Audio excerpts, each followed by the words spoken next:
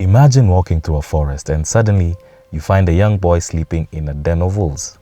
The boy is dirty, scrawny, his hair is full of ticks, and his teeth blacker than coal. What would you do? The obvious question you would ask yourself would be, how did this child get here? Where are his parents? And how did he manage to survive this long in the wild? Well, that's just part of the strange and fascinating story of Dina Sanichar, the boy who lived with wolves. One day, a group of hunters was moving through the Indian jungle of Uttar Pradesh when they came across something extremely disturbing. In front of them was a pack of wolves moving through the forest, but it wasn't the large and powerful wolves that shocked the hunters the most. It was a young boy, barely 6 years old, running on all fours and quickly following the pack behind. The pack then disappeared into a nearby den with the child, but the scene was frightening enough to raise the hunters' curiosity. The hunters carefully approached the mouth of the den and started a fire at the entrance in order to smoke the wolves out.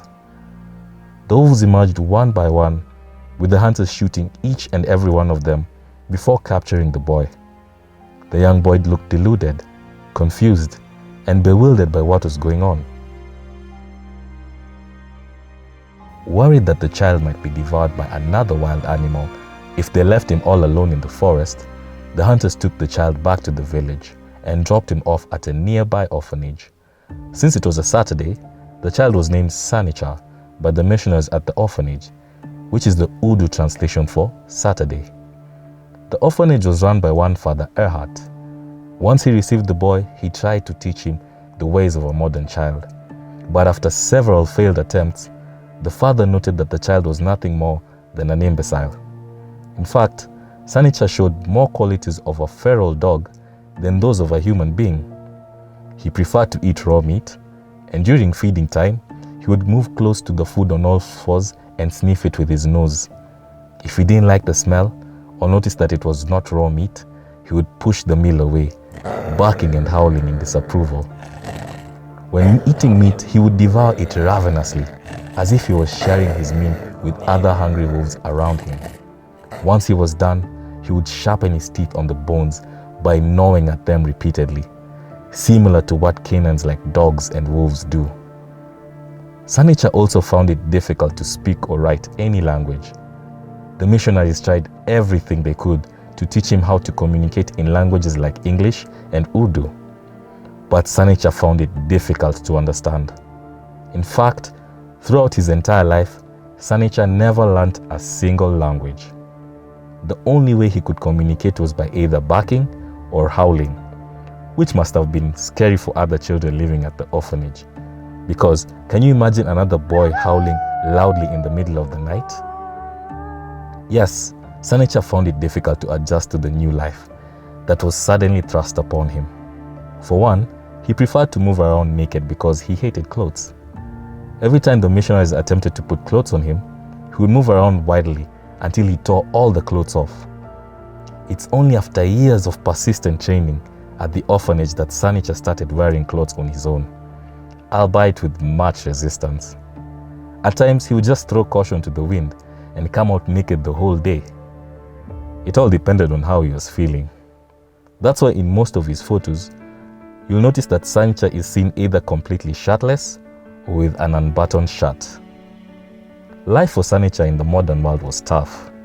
Not only was he unable to read, write, and wear decent clothing, he also didn't have a social life. Think about it. How could he possibly socialize with people that didn't understand him in the first place?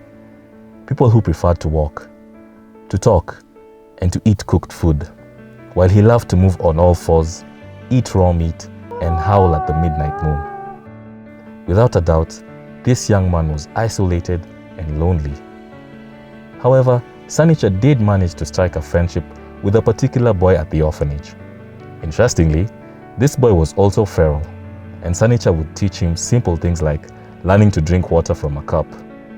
The two would spend a lot of time together.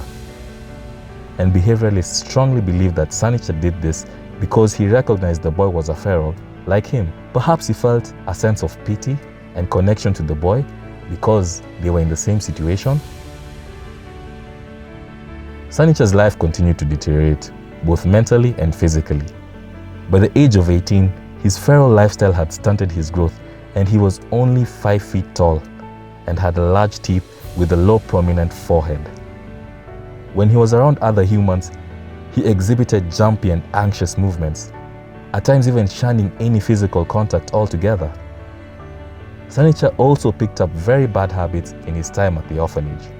For example, he would become very aggressive if he felt his personal space was being invaded. He also loved to smoke tobacco and eventually became addicted to the stuff, smoking it almost every day. In the final years of his life, Sanichar's tobacco addiction got the better of him, and he died of a tuberculosis infection strongly believed to be accelerated by his smoking habit. He was only 29 years old when he died. Throughout his life, he never learned how to read and write, never said a word in a different language, never had a family, and never experienced what it meant to be part of one.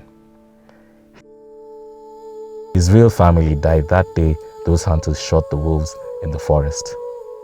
But the truth is, Sanichar would never have lived to adulthood, even if he remained in the forest. At the time, wolf children were very common in India, but none of them ever emerged as adults. That's because they would either die of malnutrition, end up being devoured by the wolves themselves during times of drought, or be hunted by some other predator in the forest like a tiger. Sanichar's story, however, did inspire the tale of Mowgli, written by Rudyard Kipling and later collected as the Jungle Book in 1894. And while Mowgli's tale ends up with him adopting to modern life and integrating into society, Sanichar tells a story of a wild spirit trapped in the body of a man until the final days of his life. And as far as the story goes, Sanichar never found out the true whereabouts of his father and mother, thus never finding true peace in this life.